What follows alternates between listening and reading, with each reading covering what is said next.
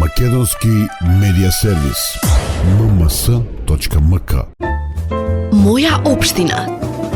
Од сметката на општината Свети Николе, струшката фирма City Light успеала да повлече 210.000 евра преку извршно решение. Станува збор за оспорен долг од 2013 година, откако општината еднострано го раскинала договорот за јавно-приватно партнерство за модернизација и одржување на уличното осветлување.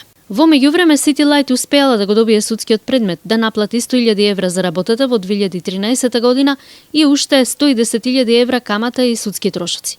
Дополнително бара да наплати уште 660.000 евра за периодот од едностранното раскинување на договорот од денес, иако со години не работи на уличното осветлување. Во 2012 година, на крајот од својот мандат, тогашниот градоначалник Роберт Ѓорѓиев од ВМРО ДПМН со City Light склучува договор за јавно-приватно партнерство на 13 години во вредност од 91 милион денари.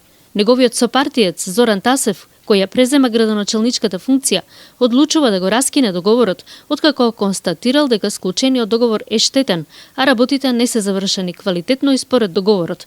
Меѓутоа, како што вели сегашниот градоначалник Сашо Велковски, тоа пред судот не успеале да го докажат. Судот не ги прифати аргументите на општината дека работите на приватниот партнер во случајот City Light не се завршени квалитетно, ниту употребените материјали се според одредбите од договорот, дека не е извршен технички прием на светилките и слично.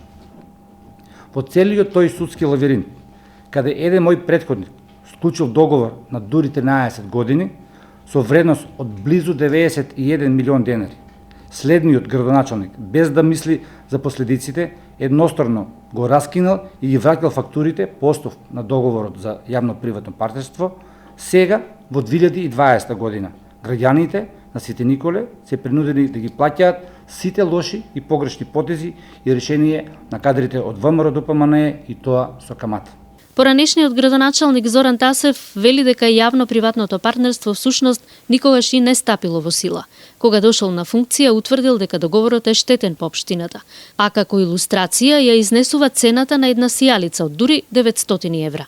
Во самиот договор има член каде што вели дека сијалиците се со рок на трајање од 40.000 сати, мислам дека се 40.000 сати, тоа е 10 години, а договорот важи на 13 години. И фактички општина Свети Николе требаше по 10 години пак сама да си купува сијалици, а да продолжи приватно јавно партнерство. Договорот не ни профункционира, значи нема ниту една фактура од наша страна платено, бидејќи беа констатирани, реков, работи кои што не се врат.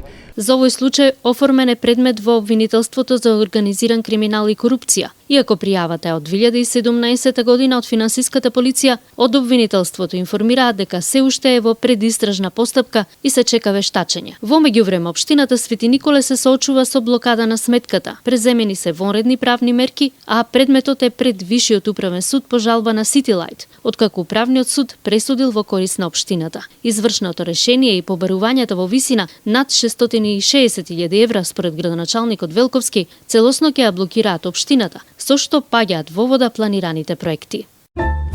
Моја општина. Македонски медиа сервис. mms.mk.